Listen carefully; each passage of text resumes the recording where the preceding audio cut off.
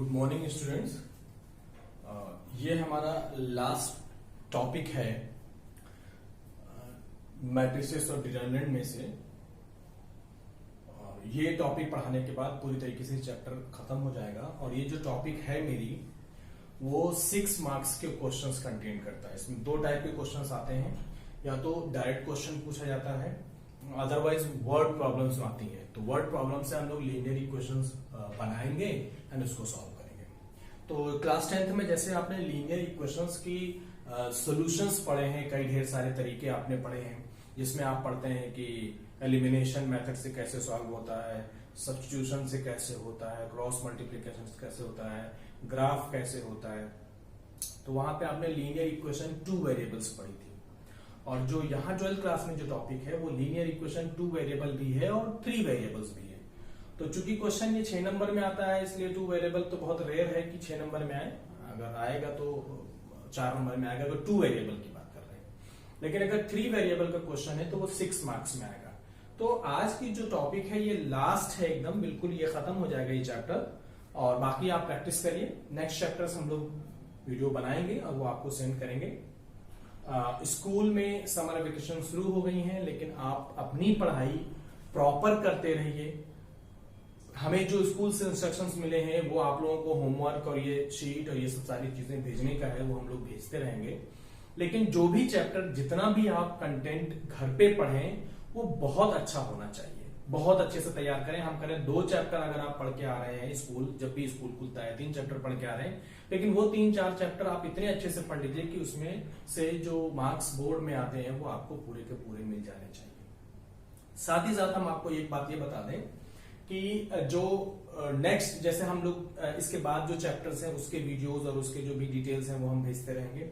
आपको अपनी self study पे पूरी तरीके से फोकस करना है और एनसीईआरटी लगाइए। अभी आप पूरी तरीके से एनसीईआरटी पे ही काम करिए, ठीक है।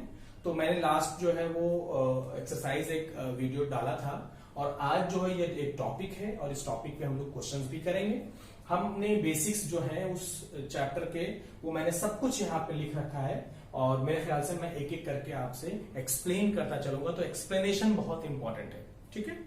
तो मैं थोड़ी बहुत चीजें 10th क्लास की आपसे एक आध क्वेश्चन में करता हूं। जैसे आपने 10th क्लास में पढ़ा होगा कि जो सॉल्यूशंस होते हैं लीनियर इक्वेशन के वो 2 टाइप के होते हैं। एक तो कंसिस्टेंट की कैटेगरी एक होती है और एक इनकंसिस्टेंट की कैटेगरी होती है।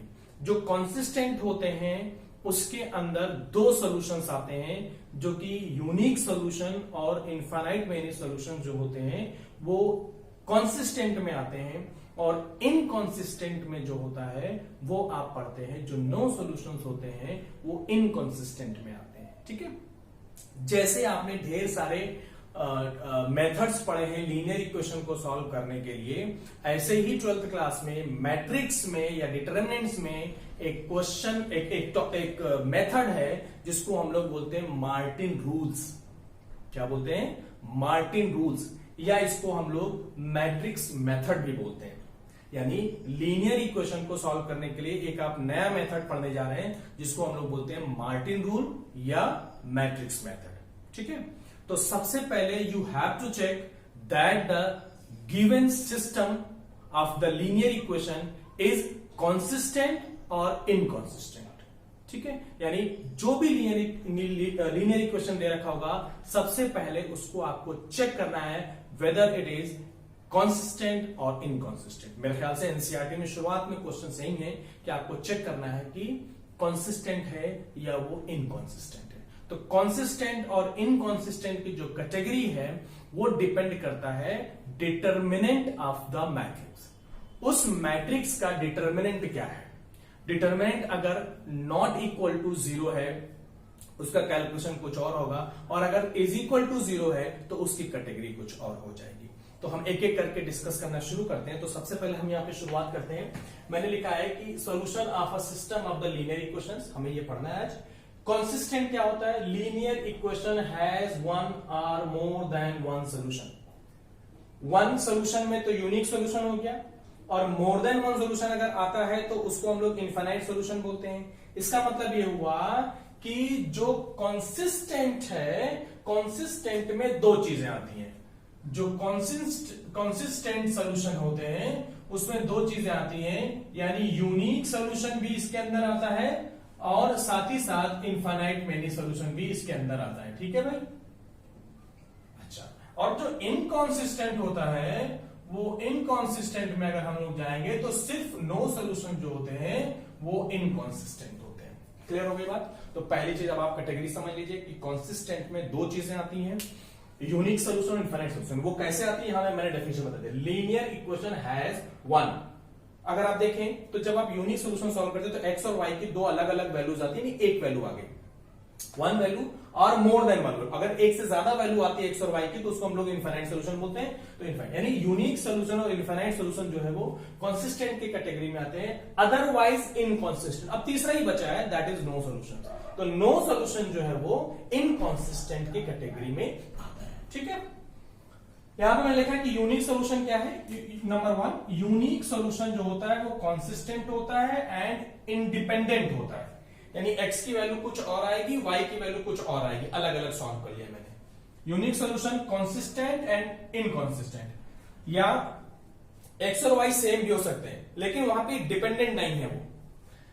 दूसरा, जो इनफाइनाइट सॉल्यूशन होता है ये एक ऐसी आपको फंक्शंस की एक मशीन मिल जाती है कि x की वैल्यूज आप डालते जाओगे और y की वैल्यूज जो है वहां पे निकलती जाएंगी और उसी के ऊपर डिपेंड करेंगे। y जो आप मानोगे उसी के अकॉर्डिंग आपको x की वैल्यूज मिलती जाएंगी। अभी जब एग्जांपल करेंगे तो और अच्छे से क्लियर हो जाएगा। तो इनफाइनाइट सॉल्यूशन जो है वो जैसे मैंने अभी बताया वहां पे कि इनफाइनाइट सॉल्यूशन भी कंसिस्टेंट होता है लेकिन ये डिपेंडेंट होता है एक वेरिएबल पे, y पे। y को हम लोग कोई भी मानेंगे, y की वैल्यू हम लोग कुछ मानेंगे, k मानेंगे, तो अब x की वैल्यू उसी k पे डिपेंड करती रहेगी। ठीक है। और जो तीसरा है वो नो सोल्यूशन है, और नो सोल्यूशन में बराबर कह रहा हूं उसको हम लोग क्या बोलते हैं, इनकॉन्सिस्टेंट। ठीक है। तो जो नो सोल्यूशन है उसको हम लोग इनकॉन्सिस्टेंट की कैटेगरी में आते हैं। तो ये तीन चीजें क्लियर हो गई मेरे ख्याल से। पहली जो डेफिनेशन आपने सीखी है वो डेफिनेशन आपने सीखी है कि लीनियर इक्वेशन में अगर एक सोल्यूशन है या एक से ज्यादा सोल्यूशन है तो वो कहलाता है कंसिस्टेंट, अदरवाइज इनकंसिस्टेंट। तीन टाइप के सॉल्यूशंस होते हैं आप जानते हैं, unique solution, infinite solution, no solution. Unique और इनफाइनाइट कंसिस्टेंट होते हैं, यूनिक को हम लोग इंडिपेंडेंट बोलते हैं, इनफाइनाइट को हम लोग डिपेंडेंट बोलते हैं, और नो सोल्यूशन जो होता है वो इनकंसिस्टेंट होता है। ठीक है। तो ये तीन कैटेगरी आपकी हो गई है। यहां पे मैं इन चीजों को यहां से हटा दे रहा हूं। तो ये तीनों चीजें हमने आपसे डिस्कस कर दी कि भाई लीनियर इक्वेशन में तीन टाइप के सॉल्यूशंस आते हैं, वो तीनों टाइप के सॉल्यूशन किस कैटेगरी में रखते जाते हैं। ठीक है। एक काम ये खत्म हो गया। अच्छा, अब बात ये आती है कि भाई मार्टिन रूल है क्या। मार्टिन रूल ये है, इन्होंने कहा कि अगर आपके पास तीन लीनियर इक्वेशन है, तीन वेरिएबल है, तीन अननोन वेरिएबल्स है एक्स वाई जेड, तो मार्टिन ने एक रूल दिया कि इसको हम लोग सिंगल मैट्रिक्स मेथड में लिख सकते हैं, एक मैट्रिक्स बना सकते हैं जो कि आपके पास है ax is equal to B का फॉर्म। a जो होता है ये कोफिशिएंट की मैट्रिक्स होती है। यहां पे देखिए मैंने लिख रखा है, अगर आप देखें थोड़ा सा, ये एक इक्वेशन है, दूसरी इक्वेशन ये है, तीसरी इक्वेशन ये है। a1x b1y c1z plus is equal to d1, a2x plus b2y plus c2z is equal to d2, a3 and so on. ये तीन इक्वेशन दे रखी और तीनों के तीनों इक्वेशन लीनियर है। मैंने कहा इसको हम लोग ax is equal to b के फॉर्म में लिखेंगे और ये सब अपने आप में मैट्रिक्स है, इसको हम लोग सिंगल मैट्रिक्स बोलते हैं। तो a एक सिंगल मैट्रिक्स बन जाएगी, x एक मैट्रिक्स बन जाएगी और b एक मैट्रिक्स बन जाएगी। तो एक ऐसी मैट्रिक्स बनेगी, यहां पे देखिए मैंने लिखा कि जो कोफिशिएंट मैट्रिक्स होती है, a देखिए मैंने यहां लिखा नीचे, ये a है, ये x है, ये b है। तो ये a जो है ये मैंने देखिए यहां लिखा कोफिशिएंट मैट्रिक्स, यानी जो x y z के आगे जो भी नंबर्स लिखे हुए हैं उन कोफिशिएंट्स को यहां पे लिख देना है। तो a जो है वो किसकी मैट्रिक्स है, कोफिशिएंट की मैट्रिक्स है। ठीक है। x वो वेरिएबल्स है जो यहां पे कैलकुलेट करना है, यहां पे जो कैलकुलेट करना है आपको x y z कैलकुलेट करना है तो वो वेरिएबल हो गए। लेकिन यहां पे देखिए मैंने लिखा वेरिएबल टू बी फाइंड, यानी वो वेरिएबल की मैट्रिक्स है जो फाइंड करना है, x y z आपको फाइंड करना है, x y z यहां पे लिख दिया। लेकिन यहां पे ये कॉलम मैट्रिक्स होती है, मैंने लिख रखा है कॉलम, आप समझ रहे हैं कॉलम मैट्रिक्स। कॉलम मैट्रिक्स का मतलब जिसके अंदर वर्टिकल लाइन एक हो, हॉरिजॉन्टल लाइन कितनी भी हो। तो हॉरिजॉन्टल लाइन यहाँ पे 3 हो सकती है, वर्टिकल लाइन यहाँ पे 1 हो सकती है, इसीलिए इसको हम लोग बोलते हैं कॉलम मैट्रिक्स। और कॉलम मैट्रिक्स देखिए एक्स वाई जेड है, इज इक्वल टू बी, और बी जो मैट्रिक्स होती है वो कांस्टेंट की मैंने लिखा है कांस्टेंट्स कॉलम मैट्रिक्स, यानी कांस्टेंट नंबर जो भी होंगे उसकी एक कॉलम मैट्रिक्स बना दी जाती है। ठीक है। अच्छा, तो ये हो गया कोफिशिएंट की मैट्रिक्स। ये हो गया वेरिएबल की मैट्रिक्स, यहां पे मैं लिखे दे रहा हूं, और ये जो है वो हो गई कांस्टेंट्स की मैट्रिक्स। ठीक है ना, तो हमेशा याद रखेंगे आप ax is equal to B के फॉर्म में आपको किसी भी इक्वेशंस को लिखना होगा। चलिए एक एग्जांपल मैं लेता हूं जल्दी से। पहले हम लोग 2 ऑर्डर की बात करेंगे, उसके बाद हम लोग यहाँ पे 3 ऑर्डर की बात करते हैं। 2 ऑर्डर में अगर आपको देखना हो तो 2 ऑर्डर में हम लोग देखते हैं, जैसे लिखा हुआ है 5x minus 7y is equal to 2, and second equation है 7x minus 5y is equal to 3। ये इक्वेशन है। इस लीनियर इक्वेशन को अगर मुझको मैट्रिक्स मेथड से लिखना पड़े तो this is number 1 and this is number 2। Okay, इसको मुझे लिखना होता है ax is equal to B के फॉर्म में। तो मैंने अभी आपको सिखाया है कि जो a होता है वो कोफिशिएंट्स की मैट्रिक्स होती है। तो 5 फिर -7 फिर 7 -5, ये हो गया a। फिर x जो है वो वेरिएबल्स होते हैं जो हमें यूज करना है, ये हो गया x और y, correct. Is equal to जो कांस्टेंट दे रखे हैं आपको वो दे रखे हैं 2 और 3, यहां पे सो ये मैं आपको बता रहा हूं।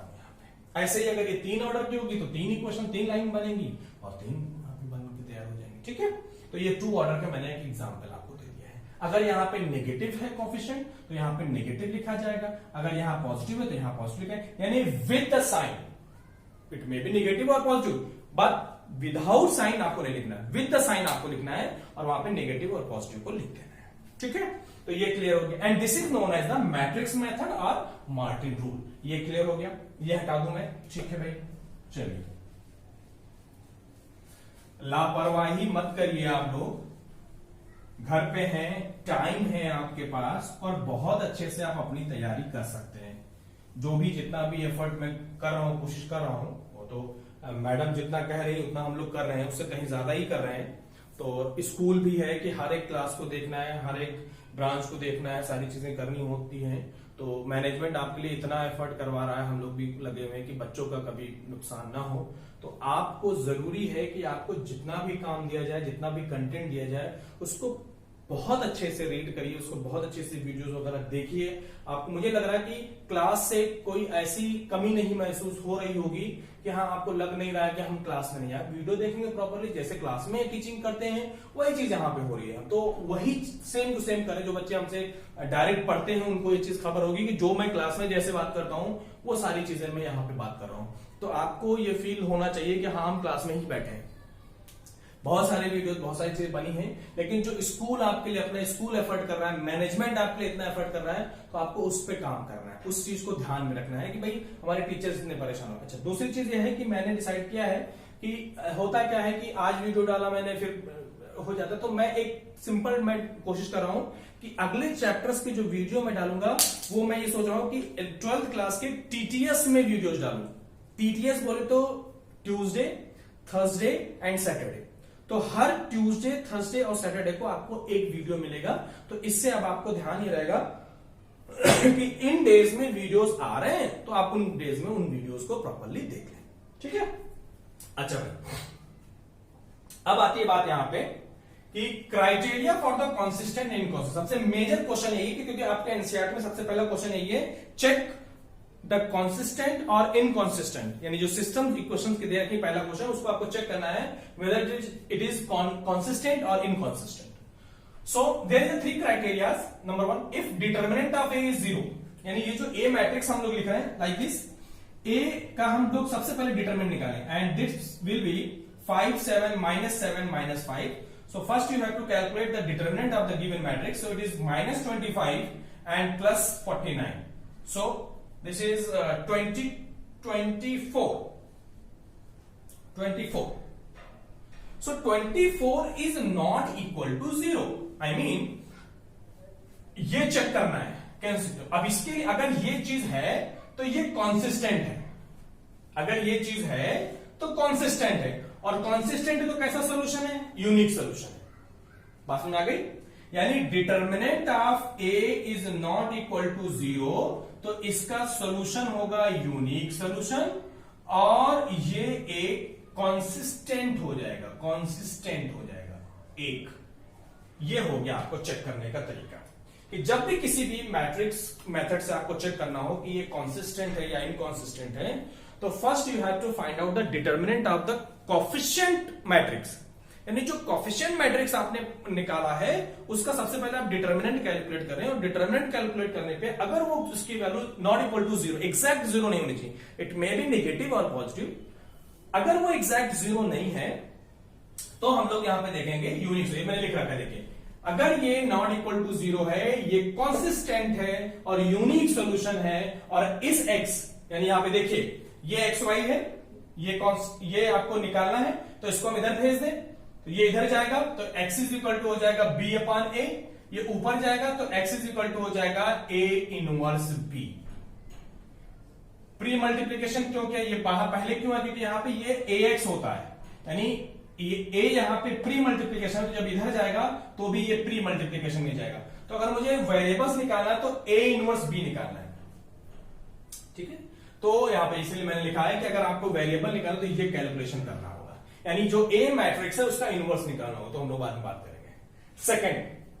सेकंड अगर डिटर्मिनेंट ऑफ a जो है वो जीरो आ जाए, अब इसकी दो कहानी, ये कॉन्सिस्टेंट भी हो सकता है और इनकॉन्सिस्टेंट भी हो सकता है। अब ये कब होगा, तो हमें ये निकालना पड़ेगा adjoint of a into b, ये तो हर जगह निकालते, यहां भी निकालेंगे यहां भी निकालेंगे, तो adjoint of a into b का मल्टीप्लीकेशन अगर जीरो आ गया तो ये कॉन्सिस्टेंट होगा और इनफाइनाइट सॉल्यूशन रखेगा।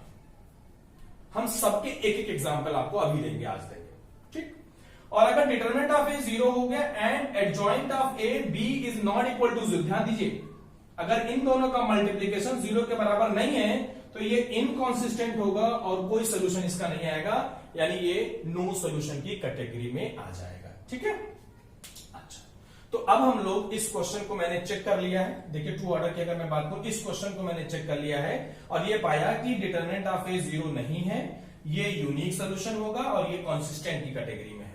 अब मुझे सॉल्व करना है कि इसको कैसे सॉल्व करना है, ठीक है।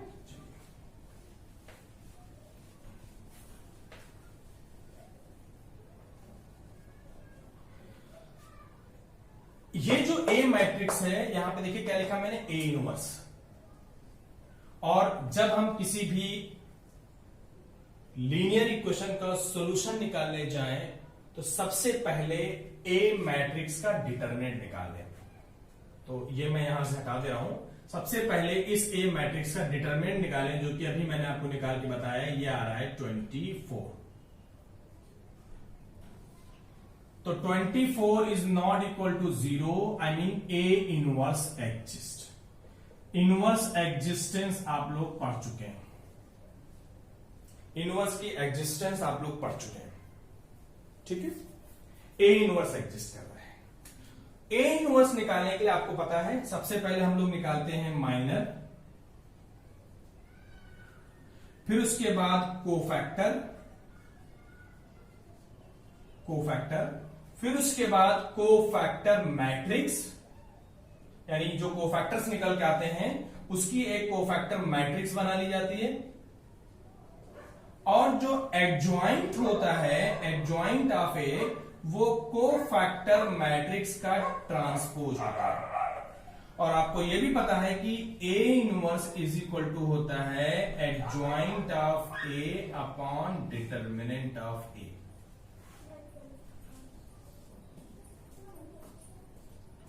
A inverse is equal to होता है adjoint of A, adjoint A of determinant A। इसीलिए यहां पे ये चीज निकलवाई जाती है आपको कि डिटर्मिनेंट ऑफ A अगर जीरो हो गया तो this upon zero is not defined, इसका मतलब है A इनवर्स एग्जिस्ट नहीं करता है।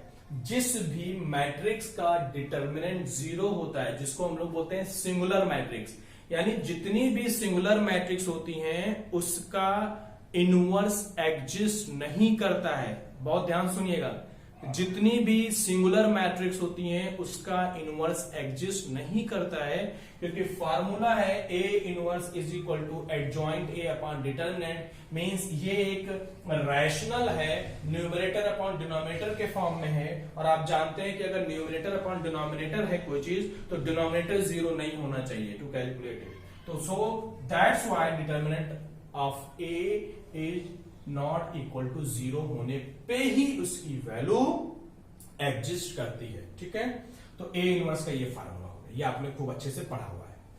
A inverse is equal to है adjoint A upon determinant of A. Adjoint A inverse is equal to adjoint A upon determinant of A. ठीक है भाई। अच्छा, अब यहां पे देखिए मैंने ये बहुत इंपॉर्टेंट लाइन लिख दी है। ये सबसे पहले माइनर, माइनर के बाद कोफैक्टर, कोफैक्टर के बाद कोफैक्टर मैट्रिक्स, और उसके बाद एडजॉइंट जो है कोफैक्टर का ट्रांसफर होता है।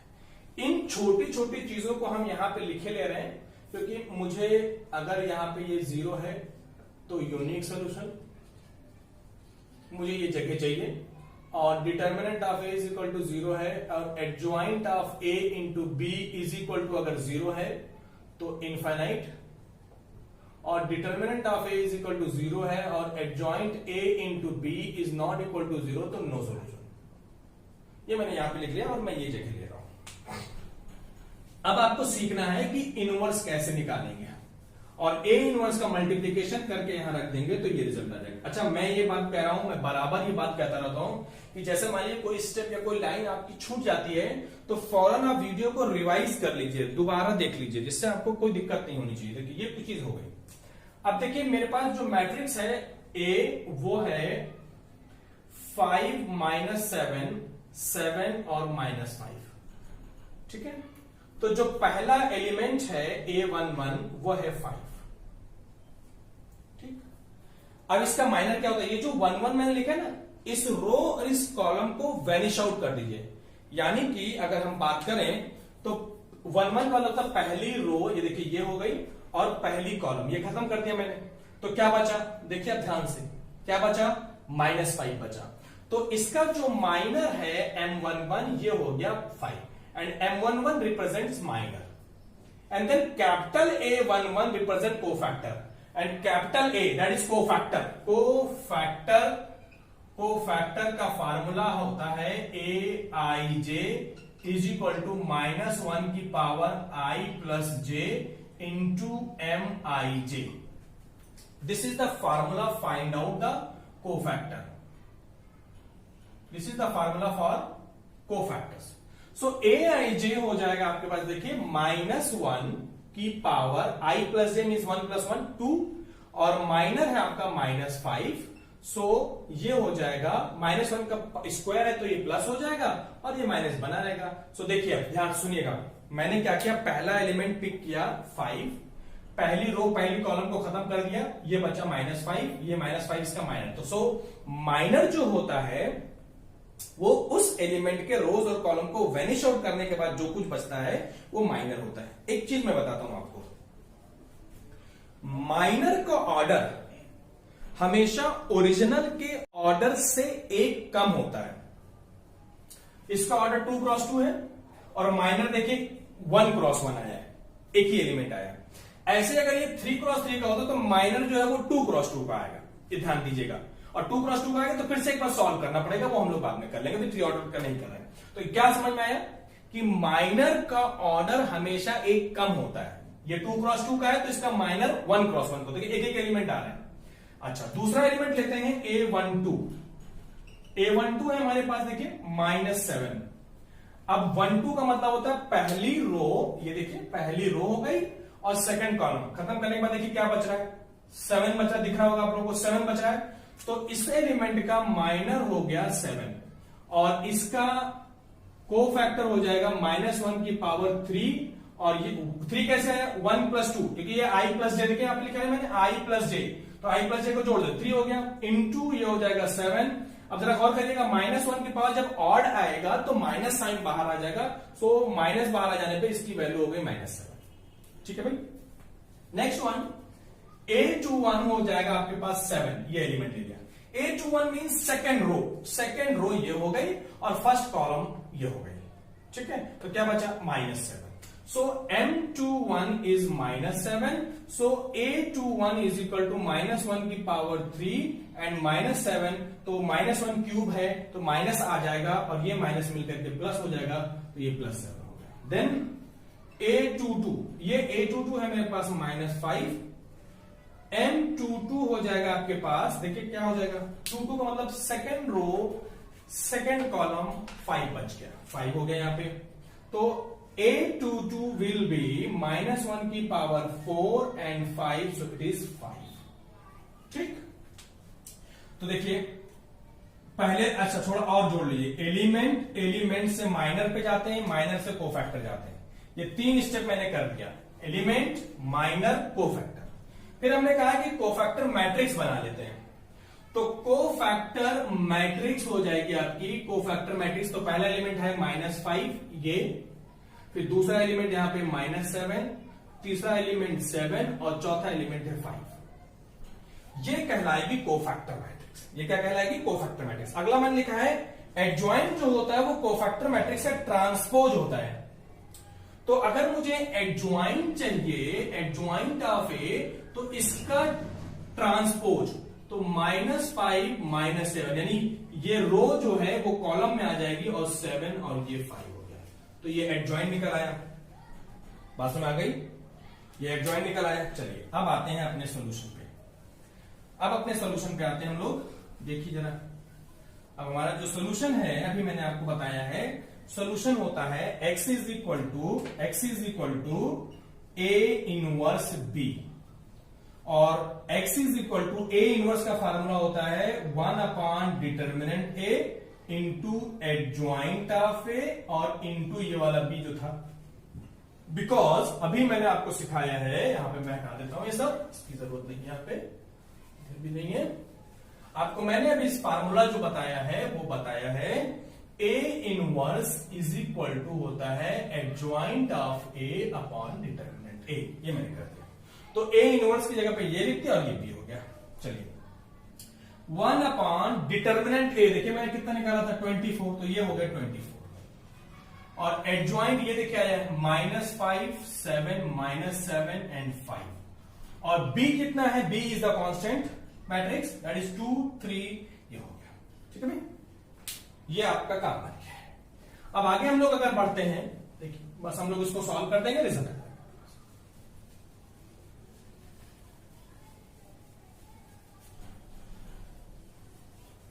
देखिए ये हो गया। और मैं बच्चों से एक चीज बराबर बताता रहता हूं कि कभी भी डिटरमिनेंट की वैल्यू अंदर पहले ना भेजें, पहले एडजॉइंट और बी को मल्टीप्लाई करना, और ये भी यही, यहां भी ये सब चीजें हैं। तो एडजॉइंट और बी को हमेशा पहले मल्टीप्लाई करें फिर डिटरमिनेंट करें। तो देखिए एक्स क्या है आपके पास? एक्स है आपके पास एक्स और वाई, देखिए ये, और इज इक्वल टू ये है, सॉरी ये है 1/24, और इन दोनों का मल्टीप्लिकेशन कर दिया, तो ये और ये मल्टीप्लाई हो जाएंगे, तो ये हो जाएगा -10 और ये हो जाएगा 21, और ये हो जाएगा -14 और ये हो जाएगा 15, ये हो गया। एंड देन 1/24, और इसको जब आप सॉल्व करेंगे, -10 + 21 इट इज 11, एंड 15 - 14 इज 1, और ये हो गया xy। तो ये हो जाएगा xy, और ये हो जाएगा आपके पास 11/24 and 1/24। So on the comparing of these two column matrices, x will be 11/24 and y is equal to 1/24. If you are agreed then okay. अगर एग्री नहीं है आप इस आंसर से, तो you have to check whether it is correct or not. So put this equation number 1, 5/1/11/24 and -7 into 1/24. So check it, 55/24 - 7/24, ये हो जाएगा आपका 48/24, so it is 2 and this is 2. So x and y is correct. X and y is correct. Is it clear? ठीक है भाई, तो ये मैंने एक एग्जांपल दिया आपको यूनिक सॉल्यूशन की इक्वेशन का, जहां पे आपको कैलकुलेट करना, ठीक है? अच्छा, और कंसिस्टेंट सॉल्यूशन का। अब हम लोग 3 ऑर्डर पे बात करते हैं इसी चीज को लेकर के। तो मेरे ख्याल से आपको दिक्कत नहीं आनी चाहिए, आपको कोई परेशानी नहीं है। अब 3 ऑर्डर में थोड़ा सा मैं शॉर्टकट करता हूं आपको। 3 ऑर्डर का जो क्वेश्चन है वो 6 नंबर में आता है एग्जाम में, तो उसमें हम लोग, तो अभी हम 2 ऑर्डर और 3 ऑर्डर दोनों जो है वो कंसिस्टेंट सॉल्यूशन की बात कर रहे हैं और यूनिक सॉल्यूशन की बात कर रहे हैं स्पेशली। चलिए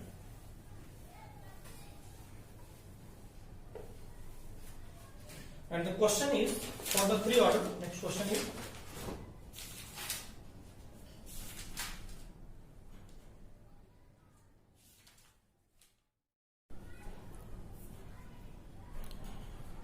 हाँ, तो नेक्स्ट हम ये बात कर रहे हैं कि 3 ऑर्डर का कैसे कैलकुलेशन करना है। तो एक एग्जांपल मैं ले रहा हूं आपके लिए कि मान लीजिए मैंने ये 3 इक्वेशन ले ली, इक्वेशन नंबर 1, इक्वेशन नंबर 2 और इक्वेशन नंबर 3। ये 3 इक्वेशन लेनी है। पहला काम है हमारा ax is equal to B के फॉर्म में लिख देना, ये मैंने लिख दिया आपके लिए ax is equal to B. फिर मैंने कहा था कि आपको डिटरमिनेंट निकालना, डिटरमिनेंट मैंने इसको R1 के अकॉर्डिंग एक्सपेंड कर दिया है और इसका रिजल्ट आया 1200 100 is not equal to 0, A inverse exist, साथ ही साथ इसका सोल्यूशन जो है वो यूनिक सोल्यूशन होगा। ठीक है, ये हो गया। फिर हमने आपको बताया कि हम लोग लेते हैं एलिमेंट, देखिए मैंने यहां पे लिख दिया एलिमेंट, माइनर और कोफैक्टर्स। तो एलिमेंट ले लिया मैंने 2, पहला एलिमेंट जो 1 1 है, तो पहली रो और पहली कॉलम देखिए खत्म कर दे। ये जो बचे 4 ये हो गया आपके माइनर, और माइनर के बाद कोफैक्टर। कोफैक्टर का फार्मूला आपको मैं बराबर बताते आया हूं, aij इंटू mij। तो अब आप इसके ऑल्टरनेट साइन इस तरीके से सॉल्व करते रहेंगे, सारे माइनर्स निकाल लीजिए और ऑल्टरनेट साइन से मल्टीप्लाई कर दीजिए। इससे जो मुझे फॉर्म होगा वो एक कोफैक्टर मैट्रिक्स बनेगी, और मैं सीधे अब कोफैक्टर मैट्रिक्स लिख ले रहा हूं। यहां पे मैंने लिख रखा था ऑलरेडी, तो मैं कोफैक्टर मैट्रिक्स बता दूं, आप लोगों को ध्यान में होनी चाहिए चीजें कि कैसे कैलकुलेट। तो कोफैक्टर मैट्रिक्स मैंने कैलकुलेट कर ली है। कोफैक्टर मैट्रिक्स आएगी, सबसे पहला एलिमेंट है 75, दूसरा है 110, तीसरा है 72, एंड देन A21 है 150, and then -100, and then 0, and then 75, and then 30, and -24। These are the cofactor matrix. अब इस कोफैक्टर मैट्रिक्स को हम लोग कैलकुलेट कर लेंगे। ट्रांसपोज लेने के बाद यहां से जो हमें फॉर्म होता है वो हमको मिल जाएगा इसका एडजॉइंट। तो adjoint of A is equal to हो जाएगा आपके पास, देखिए ये हो जाएगा आपके पास 75, 110, 72, 150, 100, 150 -100, एंड देन 0, और ये हो जाएगा 75, और ये हो जाएगा 30, और ये हो जाएगा -24। ये आपका एडजॉइंट हो गया है। और आपको मालूम है कि XYZ इज इक्वल टू होता है 1 upon determinant of this into adjoint. Adjoint है 75, 110, 72, 150, 100, 0, 75, 30, -24, और इनटू हम लोग कर देंगे इसको 412 से। Now solve it and then find out the value of x, y, z. So you have to calculate first adjoint A into B, multiply कर दीजिए। 100, 1200 ये हो गया, ये हो जाएगा आपका 75, 300 प्लस 150 और प्लस 300, नहीं 150, एंड देन ये हो जाएगा 440 -100 और प्लस 60। ठीक है, एंड देन ये हो जाएगा 288 एंड 0 एंड -48। और इसको अगर हम लोग सॉल्व कर लें तो इसका रिजल्ट आ जाएगा XYZ इज इक्वल टू 600, ये अब अंदर चला जाएगा, 600 अपॉन 1200, 440 और 6500 -100, 400 अपॉन 1200, एंड ये हो जाएगा 288 -48, तो ये हो जाएगा 0 और 240 अपॉन 1200, एंड सॉल्व करने के बाद ये आएगा 1/2, ये आएगा 1/3, और ये आएगा 1/5।